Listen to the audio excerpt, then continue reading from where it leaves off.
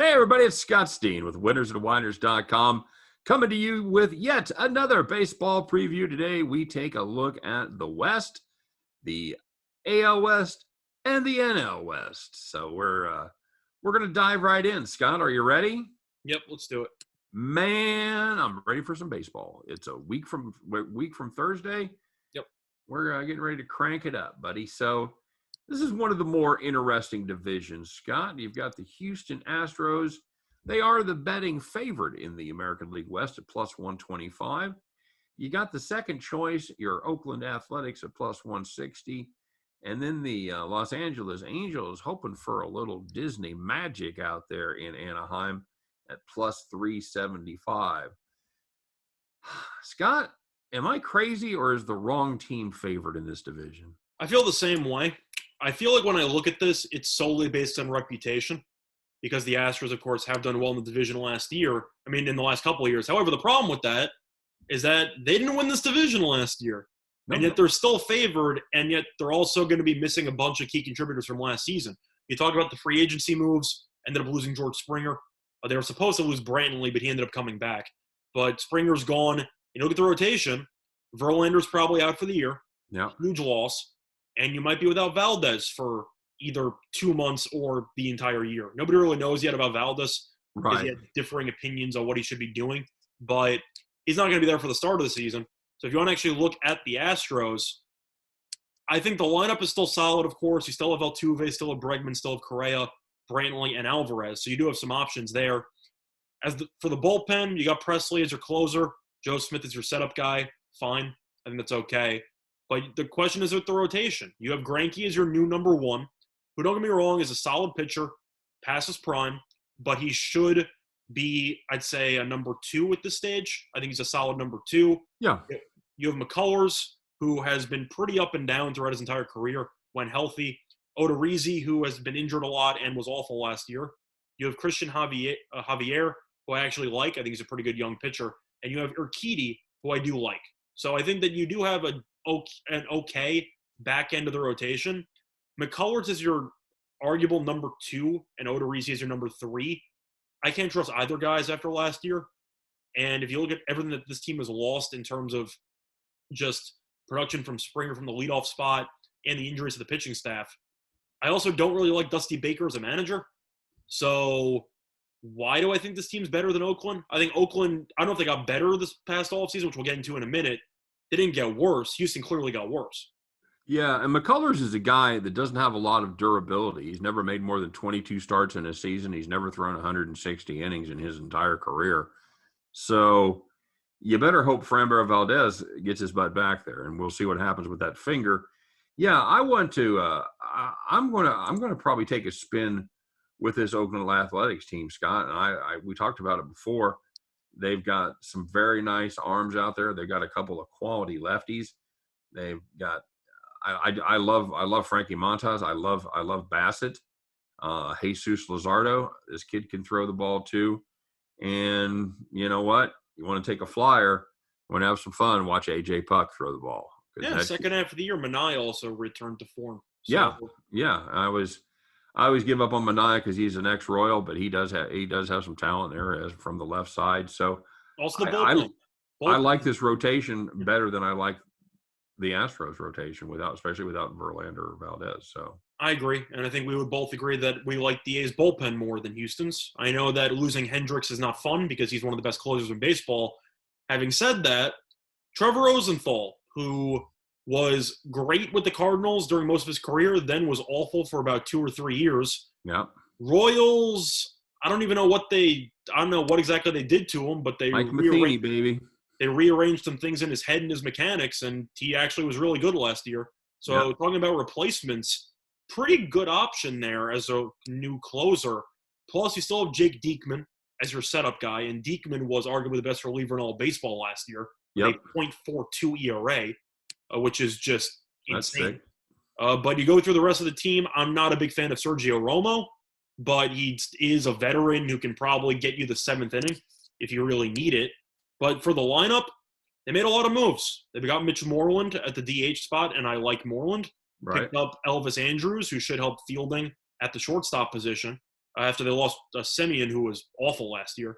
But if you're But talking about shortstop and third baseman, is there really a better fielding duo there than Chapman and Andrews? That feels like no, elite. I for second, no, I don't think so. Not for shortstop and third base. Probably not. I mean, it used to be, of course, Arenado and Story, but that's just not a thing anymore. It's not a thing anymore. So you look at this team here. You still have Laureano. You still have Olsen. Even if Olsen gets injured, you still have Moreland back there. I just really like this team. And this team won the division last year, so they got a little bit of the monkey off their back because there was a long gap that they had to try to actually beat the Astros, and they finally pulled it off. I think psychologically, this team isn't afraid of Houston anymore. No. They won the division last year. They got that monkey off their back. Yeah, and in previous years, Houston dominated them. So I wouldn't be surprised if in previous years, it seemed like they finally thought they had them beat, and then they kind of got the rug pulled out under them. I think that's past, and I think Houston's probably on a decline. Oakland looks like it's pretty much. Do you think they're better than last year or around the same? I think they're around the same. I still think not having Simeon is going to hurt them. I know he had a down year last year, but I'm willing to give him a pass for COVID-20. But still, I'm just saying I think Oakland should be around the same, and we think Houston got worse. And Oakland already won the division. Anyway. Yeah, Houston got measurably worse. Yep. No question about that. Mm-hmm. So a lot of buzz, Scott, around these LA Angels. I know you look at that lineup, and there's some boppers there. Of course, you have Mike Trout, 17-time MVP or whatever how many ever times he's won it. You got Ohtani, who's raking the ball in spring training. Of course, Justin Upton, Anthony Rendon is right there. So what's not to like about the Angels, Scott? I don't like anything about this team, if I'm being honest with you. I think the rotation is okay. Bundy's your number one. He actually had some flashes last year. Picked up Jose Quintana, who was a decent option at the back end. Ohtani, over under 5.5 starts before he gets injured again. Yeah. I'll take the under. Gets injured every year, and that they keep throwing him out there. And they're not even small injuries. They're pretty serious injuries. As for a closer, they got Iglesias, who I do think is definitely a boost. Anybody else in their bullpen good? No. You go through the rest of the team. I still like Rendon, of course. I still like Trout. I mean, you have to like Trout. Jose Iglesias is definitely a good addition. They got Dexter Fowler, who I'm kind of on the fence about. But the pitching is always bad, and I don't think Joe Maddon's a good fit with this team. So I don't think this team's going to be good. And until I see the Angels actually get over 500 for once, I'm not going to pick them to suddenly compete for a division title. I don't like their starting pitching. I just don't. Yeah, Bundy put it together last year for most of the year. But I think after him and Haney, there's just not a lot there. I'm not buying on Jose Quintana. And besides Iglesias, I hate the bullpen. Yeah, and there's not much talent out there. I'm with you. I don't see it on the Angels. I really don't. I don't. Now I can understand that some people look at the lineup and say, well, this team can hit. And my argument would be they've been hitting all of Trout's career, and they still don't do anything because they can't pitch. So, are the Giants and the Rockies worse than Seattle and Texas? I think Seattle might actually be better than those. I think Seattle and San Francisco are kind of neck and neck. Okay. Colorado's a complete dumpster fire, and Freeland's officially out for a month now. So they are done. It's between them and Pittsburgh for worst team in the league for me. Yeah. That's a next level bad team. Don't make no mistake. This is a bad Texas team too. That is definitely correct. I think there's a lot to like about this Seattle team. I like watching them, man. They're young. They have fun. They play the game the right way. When we say like, we mean that they're going to be bad, but you don't have to wear a paper bag on your head. Yeah, no, I'm not getting my World Series tickets in Seattle just yet. But no, as far as bad teams go, it's like a bad movie. It's like watching a bad movie. You know it's a bad movie, but you'll watch it because. But there are a couple of scenes that are okay. Yeah, it's good bad, and that's the way Seattle is. They're not going to win a lot, but you know they're going to be competitive. They're going to be fun to watch. Marco Gonzalez is a legitimate top of the rotation guy. If Paxton can recapture some of his earlier form, maybe. They have your favorite pitcher. Yeah, Kikuchi he's never worked out after coming over from Japan. So he spent 2 years here. It just hasn't worked out. He's had a couple of flashes. Justice Sheffield, probably the only game he's going to win all year was this preseason game a couple weeks ago where he beat me in the Royals. And yeah, so I'm not getting overly excited about this Seattle team, but I think at the end of the day they're going to be a little better than people anticipate. I can't believe Rafael Montero is a closer in the league. And that's what the Mariners are looking at. Now, the issue you have also is with the lineup. They do have Kyle Lewis, who won Rookie of the Year. He's good. Ty France, kind of an interesting player there, who could potentially be, I'd say, a decent piece. Batted .309 last year, so he actually showed some flashes. But the issue with the team is that they spent a lot of money on Kyle Seager for Seattle standards, and he hasn't really done much for the last couple of years. He's kind of had to deal with some injuries frequently. Yep. The bullpen's a disaster. This team, I don't think, is going to be good. Plus, I don't know if this team's going to end up trading Gonzalez by the trade deadline, so keep that in mind.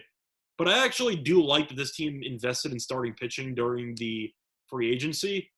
Didn't expect them to get Paxton, and I didn't like him as a Yankee. For Seattle, though, huge upgrade. I think this is going to be a dead-over team. I would agree with you for opposing team totals, but I don't think that this lineup is reliable enough. Scott, how excited are you about the Texas Rangers starting 5? Well, if you want to talk about opposing team totals, I mean, look no further, especially in Texas. I know last year Texas was kind of an underpark once they switched, but Kyle Gibson's your number 1. You have end of story. Yeah, that's basically all you need to say, right? Mike Fultonevich, he got sent down last year. You don't know what you're going to get from him. Huh? You don't know what you're going to get from him at this point. No, you have no idea what you're going to get. You know, sometimes you get a pitcher whisperer. You get some old crusty pitching coach that can fix these guys. But Fultonevich definitely was broken last year. Got sent down to Atlanta. Got sent down to the minors in Atlanta, and he was dreadful in the minors. Mm-hmm. Just getting shelled. But Texas does have my favorite pitcher in the league. Jordan Lyles? Correct. He's the over-better's dream. No question about that. Mm-hmm. Take Jordan Lyles, fade Jordan Lyles every single time, and certainly on the totals. No doubt about it. So, now, Scott, the bullpen compared is okay. Leclerc as a closer with Ian Kennedy there. Not a bad duo there. But the lineup, it's awful. I mean, you can go through the line. You probably haven't heard of half of these guys. They got Willie Calhoun. You have Gallo, who's going to try to bat over 200 for once. Odor, who's okay, but his average is never good. You're throwing guys like that you just don't really know of. I mean, they got David Dahl. I'm sure none of you realized he went to Texas. You got Tavares in center field. And they're just throwing a bunch of random guys out here trying to hope that they can actually play. It's like Major League when they're looking at the newspaper and they go, who the hell are these guys? That's how I feel about Texas' lineup. Well, in a big shocking development, Dahl was removed from the game on Monday, so he's banged up. Sure, shocker. Mm-hmm. There's a guy that lives on the injured list. So let's. I'm going to give you my order, then I'll let you know. It's not going to be much of a change from how we did it. I'm going to put Oakland in front of Houston, then go L.A., Seattle, Texas. You got it the same way? I feel the same way. All right. So as far as first place goes, you buying or selling on Houston 125? I know you're selling, right? I'm selling. The only team I'm buying on is Oakland. Yep, 87.5 for win total. Over. For Oakland, right? For Houston, sorry. Oh, I'm actually gonna go under. Too many injuries. 86.5 for the A's. Over. They'll push around 90. Correct. I agree with both of those. Now it gets fun. 83.5 for the Angels. Under. They're never over 500. I'll take the under. I know you like the over, but I like the under. I just the win's got to come from somewhere. That's the only thing I'm looking at, where they've got 38 games against Seattle and Texas. Seattle, the win total 72.5. I'll lean over. I'll give them like 74. Yep, that's exactly what I'm feeling. And Texas? Under. What's that number at? 67.5, sorry. I'll give them 65. If that. That may be optimistic. I think they lose 100. I think they're a real threat to lose 100. So it wouldn't surprise me. Well, I said 65. They get some 97. Yep. So whatever. Yep. All right. Moving on to the West, my friend, where the Dodgers are a prohibitive favorite, minus 245 to win the West. The only other team that's going to be competitive with them, Scott, at least the way it looks on paper, is the San Diego Padres at plus 200. Any value on those two?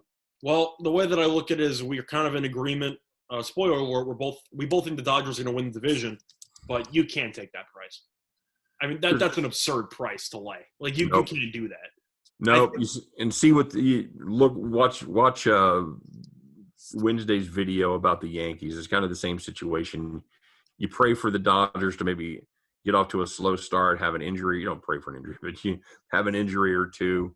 Maybe Kershaw goes down for a month or something like that, and you can get that at a little better price. Maybe comes down in the 200 range or something like that.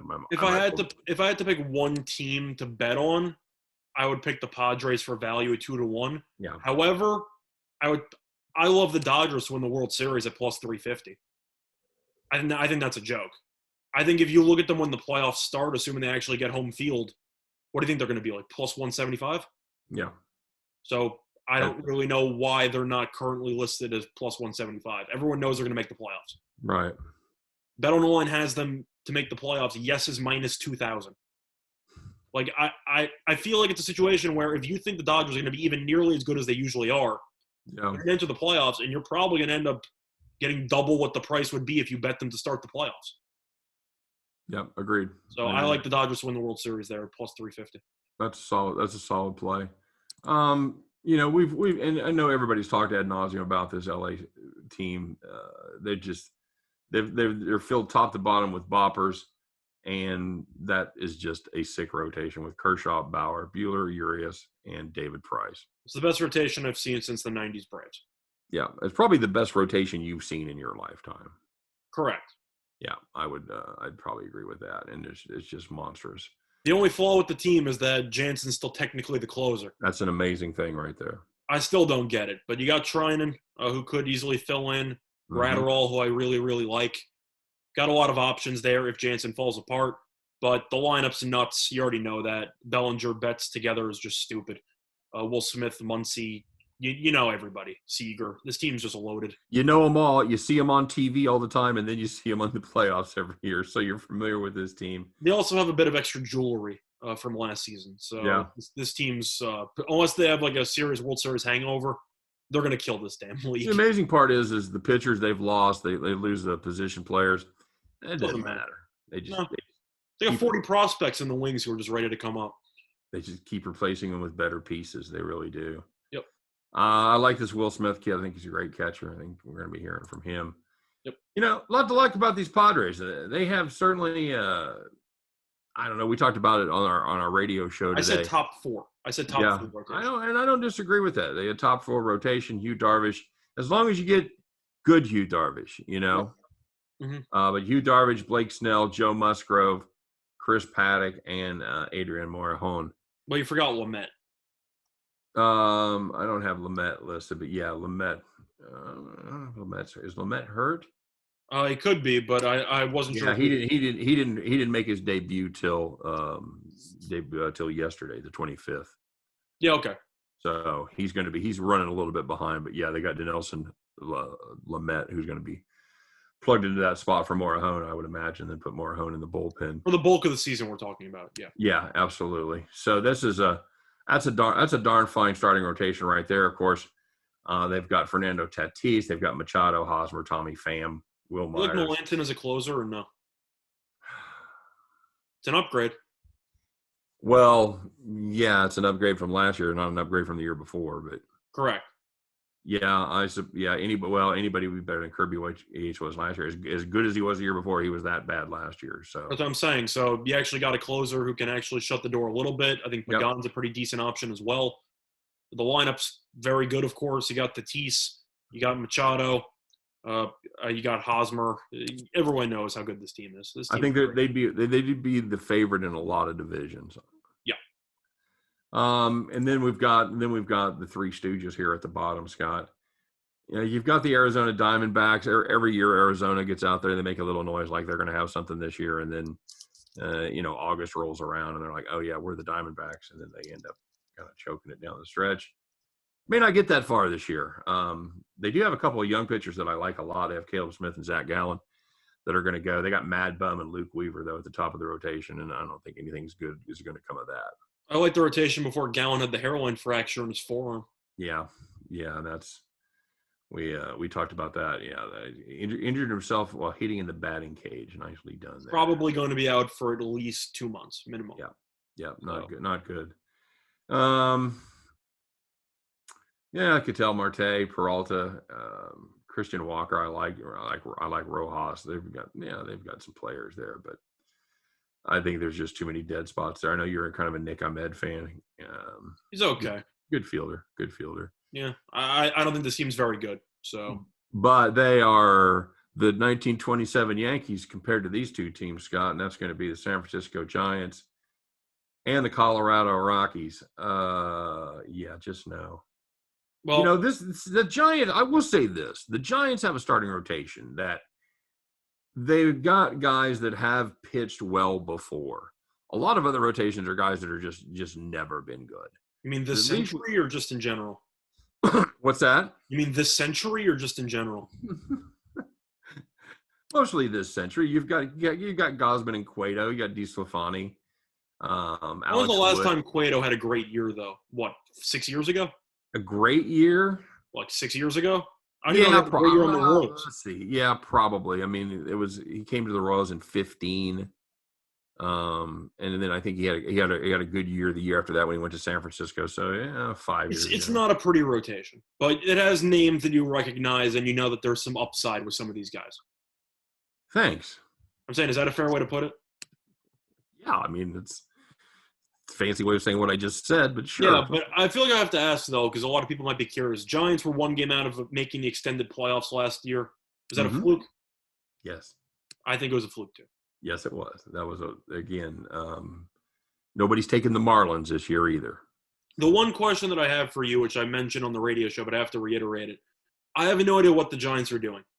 And I know that some people can argue, well, they were almost making a playoff spot. What do you mean? And the answer is, doesn't this team realize that they're awful? And I kind of thought that they were going to try to bring in the younger guys. Of course, you have Yastrzemski, Dubon, a couple of options there. Why did you sign Anthony DeSclafani, and why did you sign Tommy La Stella? See, this was a problem that the Royals had before the World Series and then a couple of years after the World Series, is you spend a whole lot of money to try and somehow win 80 games. And there's no point to it. Don't you have Donovan Solano, who literally just batted .320-something last year? Why did you bring in La Stella? Yeah, I know. I don't get it. I know. I guess, you could bring him in to be a utility guy, but I'm not saying La Stella's bad. I just think that this team kind of realized, and I think that's why their manager left a couple of years ago. They realized, this team's not going to be good for a while. So bringing in some placeholder veterans, I don't think is really going to accomplish anything. No, again, it doesn't. There's no point. There's no point to it. Maxed out, this team wins 80 games. Yeah, and that's being very generous. It's very generous in the West. Again, 38 games against the Padres and the Dodgers. And how many of those do they win? 15, maybe. That's a lot more than I thought that's a lot more than I would give them. That seems unlikely, but I think that's the ceiling. And this. All right, but save some of that disdain, Scott, because now it's the Colorado Rockies. See, disdain's an interesting word because the Rockies are so bad. Yeah. I don't even know if I can insult them far enough to actually encapsulate how bad this team is. This is a next level bad team. Well, here's the thing. They've got some arms out there in the rotation when they're not, again, they lost Freeland, Senzatella's banged up. But they've got Austin Gomber for that was one of their magic beans that they got from St. Louis for Arenado.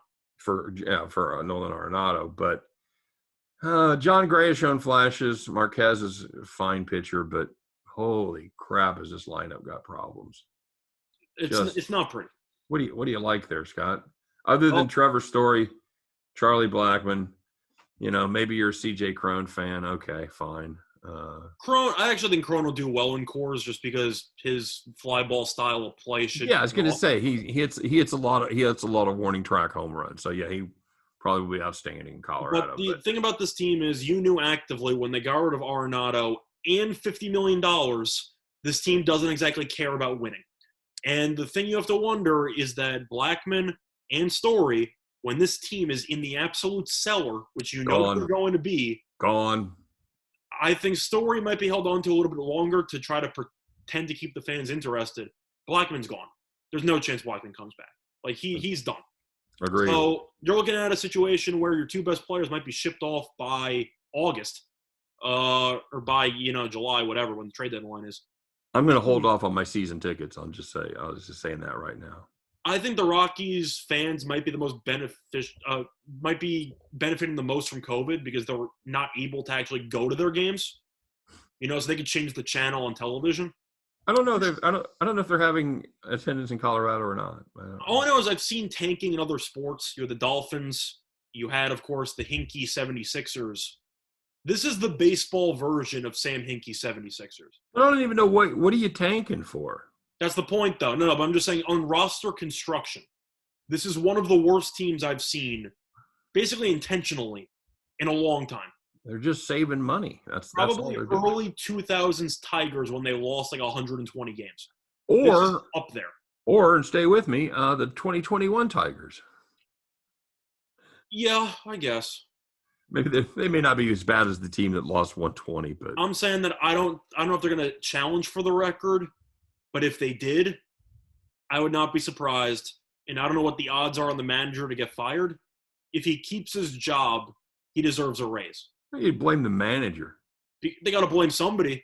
You think the front office wants to take responsibility for setting up that team? I understand, but that's the way it is. I mean, it's the classic MLB scapegoat move. You fire the manager. All right, Scott. So here we go. Dodgers. We've already talked about that. We want no part of that minus 245. We want to get that number a little lower if we can. Play the Dodgers plus 350 to win the World Series. If you must play the Dodgers future. 103.5, Scott. Got to take the over. I'm with you. 95.5 for the Pods. I'm going to lean under because it's still a second place team. Correct. Just a little bit high. Plus 200. That's the only other team we would consider playing. I'll give them 92 wins. I'll give them 92. I think that's about right. Yeah, 92.5. That's the only other team we would consider playing. Plus 200. Mm-hmm. Even that's probably setting your money on fire. Arizona, no. San Francisco, no. Colorado, no. I mean, no. That would be biggest upset in baseball. One of those three teams won the division. You'd be better off giving me your money instead because I would try to spend it more wisely. 75.5 for Arizona. I like the under. I think that team's bad, and with Gallen out, that rotation's a serious problem now. If Gallen was healthy, I would probably lean over, but I think him being out is that big of a deal. I'll give him a little bump. I'll give him 77. Okay. San Francisco under 75.5. Under. Yes. Colorado 62.5. 100 losses, Scott. It could be 50, and I would still consider the under. Yeah, I'm with you. I think and the Pirates are going for an all-out tank war. I'll tell you that much. I think they lose 100 right there. Yeah. All right, guys. Well, we're curious to know what you think of the baseball season coming up. Number one, are you excited for baseball? Scott and I know, Scott, did I convert you at all? I know you hadn't been a big baseball guy. Did I convert you at all last year?